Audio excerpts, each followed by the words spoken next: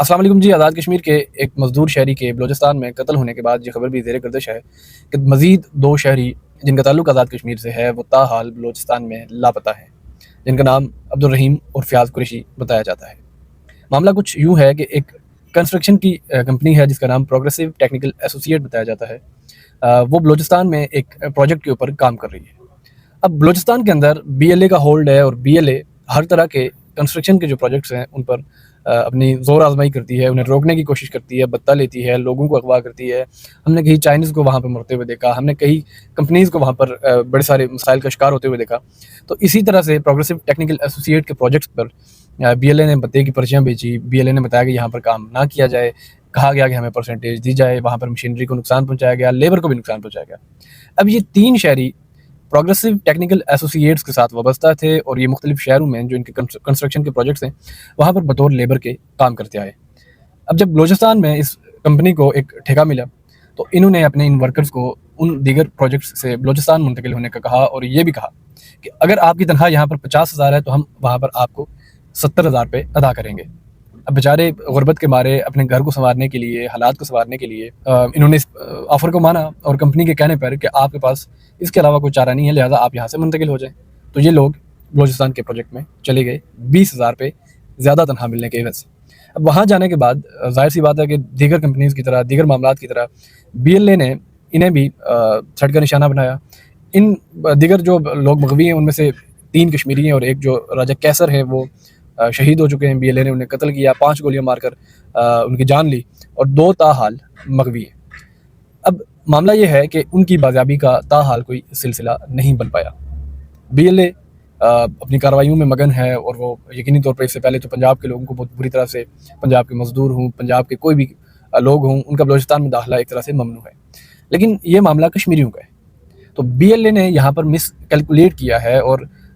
کشمیری جو پہلے سے ریاست کے ظلم و جبر کا شکار ہیں، اپنے معاملات کے لیے، اپنے وسائل کے لیے، اپنے حالات کے لیے وہ لڑ رہے ہیں، وہ اپنے حالات کے لیے تحریکیں چلا رہے ہیں۔ دوسری جانب وہی لوگ جو مزدوری کے سلسلے میں یہاں سے بلوچستان جاتے ہیں، تو وہاں پر بی ایل اے کی جانب سے ان بیچارے مزدوروں کو جن کا تعلق کشمیر سے ہے اغوا کر لینا، اور پھر ایک نوجوان کو قتل کر لینا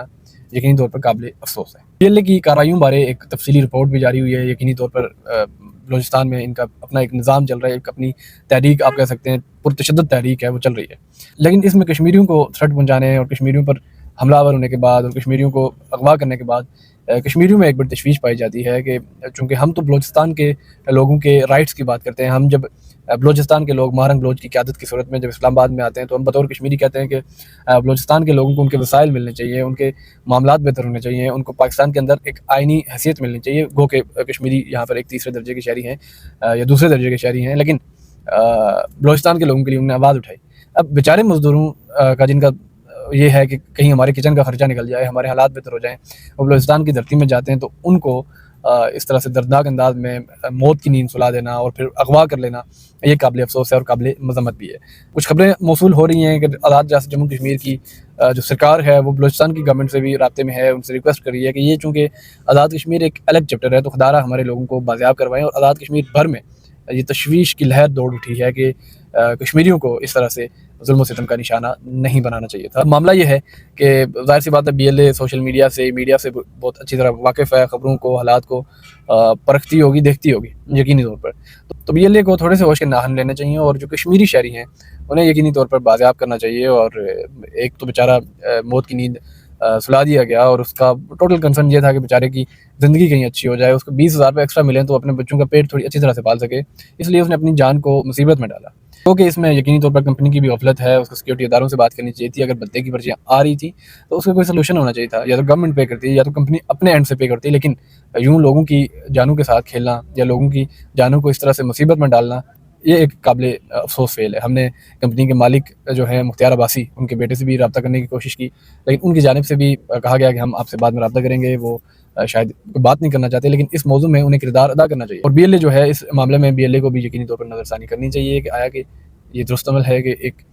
دوسرے درجے کے شہری جو ٹھیک سے پاکستان کا حصہ بھی نہیں ہے، وہ ایک اپنی آزاد شخص کے لیے لڑ رہے ہیں، ان کو یرغمال بنانا یہ قابل افسوس ہے اور قابل مذمت ہے۔ تو امید ہے کہ بی ایل اے بھی اس معاملے میں نرمی دکھائے گی، اور حکومت آزاد کشمیر اس معاملے میں کردار ادا کرے گی، اور حکومت پاکستان بھی اس معاملے میں کردار ادا کرتے ہوئے جو باقی 2 بچے ہوئے شہری ہیں آزاد کشمیر کے، انہیں بازیاب کروائے گی۔ اجازت دیں، اللہ نے کے بعد۔